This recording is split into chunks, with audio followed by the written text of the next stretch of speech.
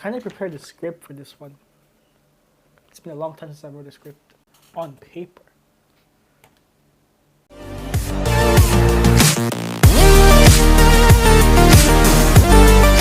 What is up, guys? It's the Mohaw Guy here, back at it again with a new video. And today I will be talking about the iPhone SE.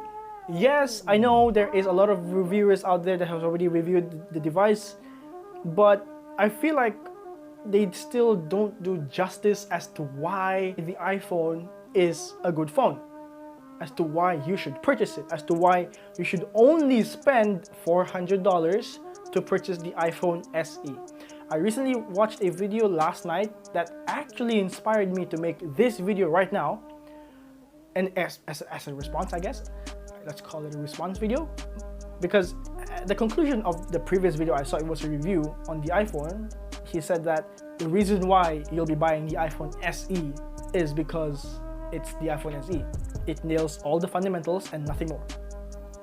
No, that is not the only reason why you want to buy the iPhone SE. Let me explain. The iPhone SE's main selling point is the A13 Bionic chip. Now let me elaborate further on what would potentially be the bad thing for you guys, because I know you guys like big screens. We all love big screens, and the iPhone SE only has a 4.7-inch 720p display. It's not an AMOLED, it's an IPS LCD at 60 Hz. Everyone is going crazy about these 120 Hz screens, also 90 Hz screens, and they're good, but is it practical? No, it's not. It's just a placebo. I would call it a placebo into fooling you into thinking that the phone is much smoother than what it is. Because fact is, the A13 Bionic is the most powerful chip ever made by Apple so far. It beat the it's the 865 this year, the 865.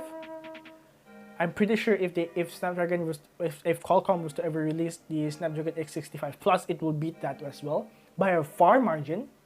And just for context for you guys, the A10 Fusion chip from 2017 was only beaten by the Snapdragon 855 last year. That's a 2-year gap for performance we're talking about here, and that would mean that the A10 chip has only been started to be saturated this year. Only this year it's actually being pushed to its absolute limit, if there is such a limit for these devices. Because even the A9 chip, I recently spoke to my friend, the A9 chip is still a very powerful chip. A lot of games you can still play on high settings. The only complaint that he had with his iPhone was the fact that he needed to change the battery, and you can do that easily nowadays, and for cheap as well. So I'm getting very sidetracked here. Let me get back on topic. Now, yes, the iPhone SE has a small screen and it has only one camera at the back, a 12 megapixel camera. It has a very similar design to the iPhone 8, and I don't think that's a problem, because personally speaking, I'm actually getting tired of big phones. What I'm trying to say here is that the iPhone SE is the best iPhone you can purchase, hands down, based on performance alone.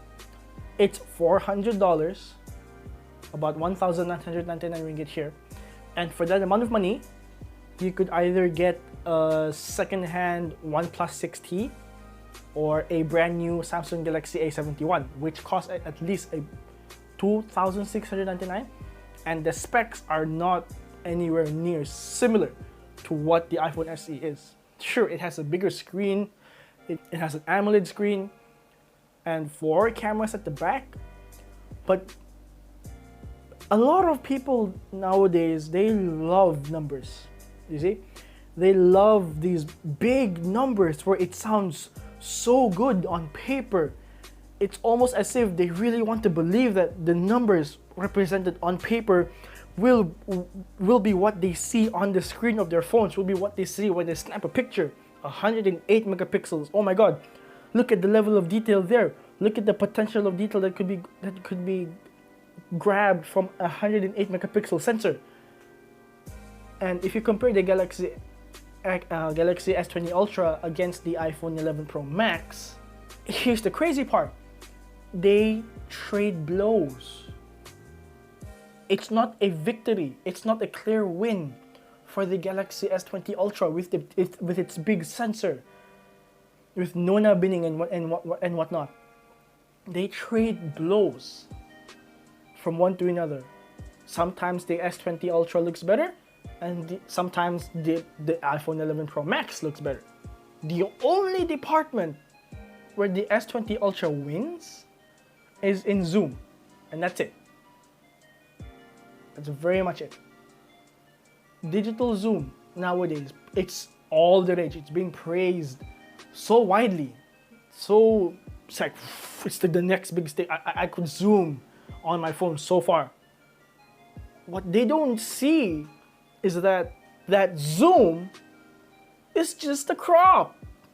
You could snap a photo and crop in. Sure, you could argue, okay, no, it's 4 times optical zoom, but on a lower resolution camera. Your main camera has 108 megapixels. Your zoom camera is only 48 megapixels with a smaller aperture. That doesn't make any sense to me, man. So why not just crop in from the main sensor? Just focus all of that detail onto the main sensor. And that's why this ties back into the reason why it's okay for the iPhone SE to have one camera. It's a spectacular camera. It's the same one from the iPhone 11 minus the ultra wide.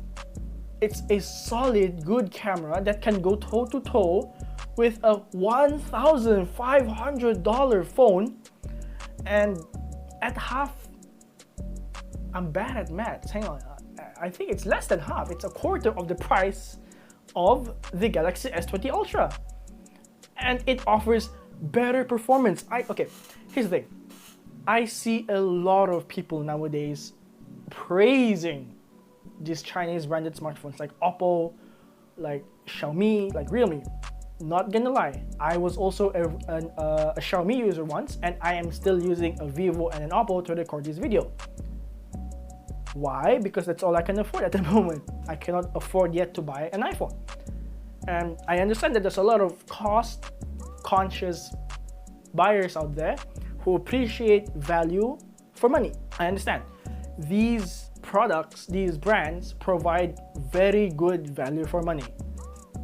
But what they don't offer is good long-term value. They're good short-term value, but they're not good long-term. This ties into the next reason why I believe the iPhone SE is a great phone. On top of it having a 720p only display, on top of it having the A13 Bionic, the most powerful chip in smartphone universe, iOS, the software. Software is where iPhones shine. Now, again, I'm going to use my friend as an example here. He's using an iPhone 6s, and that phone was available since 2015, and he still receives iOS updates until today. In fact, as a matter of fact, he will still receive iOS 14. And that's a phone that's already 5 years old. Whereas if you take a look again at these Chinese smartphones, and say for example you were to buy the highest end Chinese flagship, right, Oppo Find X2 Pro, that costs about anywhere from 3,600-ish, like that. You're paying that amount of money, but your support will only be up to maximum, I'll give it 2 years. A maximum of 2 years of operating system updates, and then maybe a few more months of security updates, and then that's that. That's all your money is worth. 2.5 years. And then after that, you will feel outdated, and then you're gonna have to buy another value-oriented phone. Now think about it. If you were just to buy an iPhone that costs about 4,000 ringgit, okay? And then you divide that throughout 5 years. In a year, you'll spend about 800 ringgit. 850. Yeah, I think so, yeah. And that's the same amount of money that you'll be spending in buying these cheap phones. And isn't that defeats the purpose of buying a value-oriented device, isn't it? You wanted to save money, but with the amount of money that you use, you're actually spending more because it's outdated. You'll feel like it's outdated. Realme releases phones every 6 months. And every 6 months, I see people saying that, oh my god, I feel like my phone is so outdated right now. Why did I buy this? Why did I not just wait for the next one? And the next one? And the next one? And the next one? One of the reasons why Apple is Apple, because of their software support. It's bar none. No one is as good in support as Apple, besides Google perhaps. Because I've used the Pixel 1 before, and it was supported until Android 10. It never got Android 11. I don't think it will get Android 11. But yeah, 3 years of support maximum. That's from Google. Now, the beauty of the iPhone is that for 5 years, your money is worth. It's up to you whether you want to buy the next generation or not, because they guarantee support.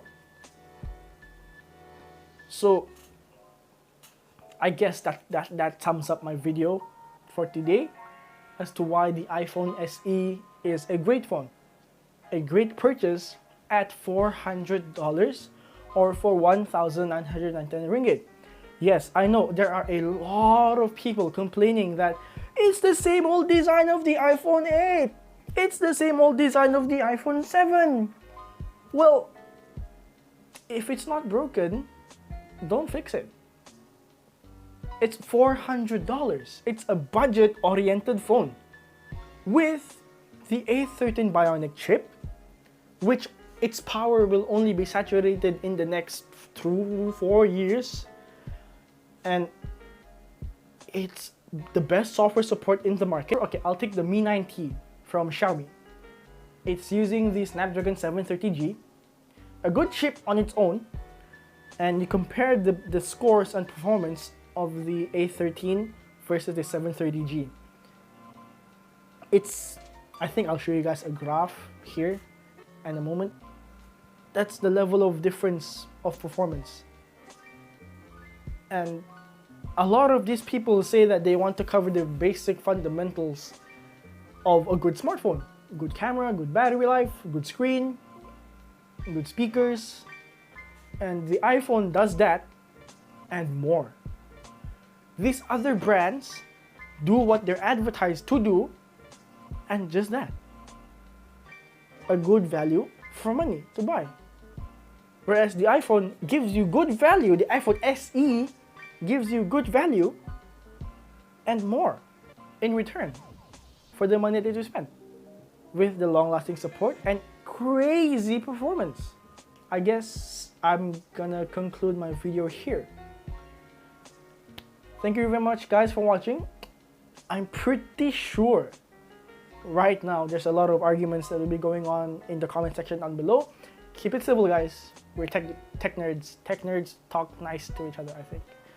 At least that's what I believe in. Anyways, so yeah, this is the Mohaw Guy. I actually enjoyed making this video quite a lot, actually. I'm sticking off script. I have a script here, and I actually shot a video previously before this one. I decided to scratch the other script off and just went all out, full opinionated on this video. So if you guys enjoyed this video, please smash that subscribe. Yeah, smash that subscribe button and also that like button down below so that I can make more videos like this in the future. And I can see that you guys enjoyed as well. So I'll make more videos like this in the future. And what else do you guys need to do? Follow me on Twitter and also on Instagram. And I will see you guys in the next video based on what you guys want to see. Or not. If I could afford some tech, I'll buy tech and review tech. If you guys smash the like button and subscribe button, I can buy tech. You guys can support me. You'll see more of this. See you next time. Bye-bye.